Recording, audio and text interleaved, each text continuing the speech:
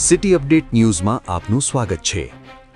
સુરત જિલ્લાના બારડોલી તાલુકાના મસાડ ગામમાં માનવતાને શર્મસાર કરતી ઘટના સામે આવી છે।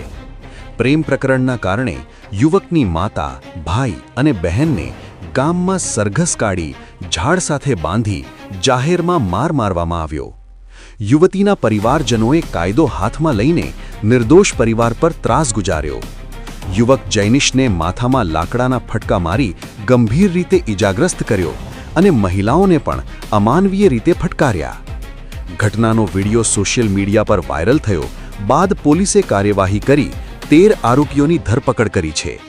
આદિવાસી સમાજમાં ભારે રોષ જોવા મળ્યો છે અને આરોપીઓ સામે એટ્રોસિટી એક્ટ હેઠળ કડક કાર્યવાહી કરવાની માંગ ઉઠી છે।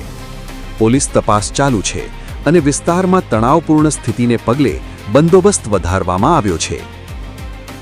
City update news Sufiyan Mulla. જોડાયેલા રહો, કારણ કે હવે શહેર નહીં સમગ્ર દેશ કહેશે।